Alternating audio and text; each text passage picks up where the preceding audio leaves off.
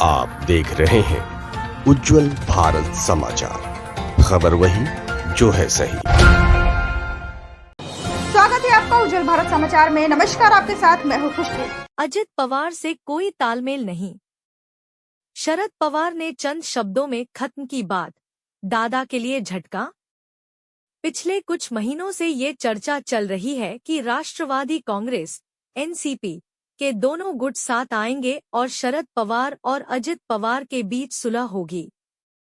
इस पर शरद पवार ने अब साफ कर दिया है कि वो बीजेपी के साथ गए लोगों को साथ नहीं ले सकते। उन्होंने पिंपरी चिंचवड़ में कार्यकर्ताओं की एक मीटिंग में ये बात कही।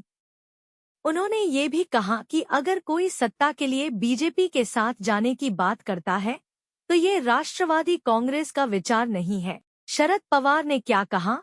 शरद पवार ने पिंपरी चिंचवड़ में एनसीपी कार्यकर्ताओं को संबोधित करते हुए पार्टी के एक होने पर बात की।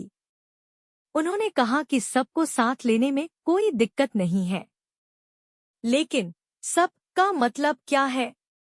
सब का मतलब गांधी, नेहरू, चौहान, फुले, शाहू और आम्बेडकर के विचारों को मानने वाले लोग हैं, तो उन्हें ये मंजूर है। उन्होंने अजित पवार का नाम लिए बिना उन पर निशाना साधा जो उनके नेतृत्व में सरकार में शामिल हुए हैं।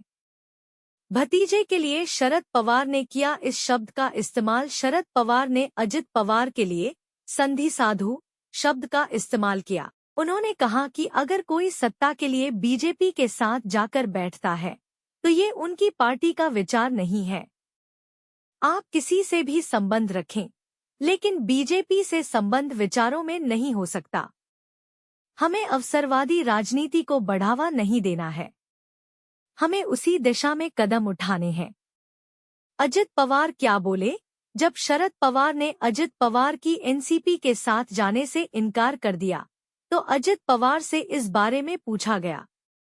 उन्होंने जवाब दिया कि हर किसी को अपनी राय रखने का अधिकार है।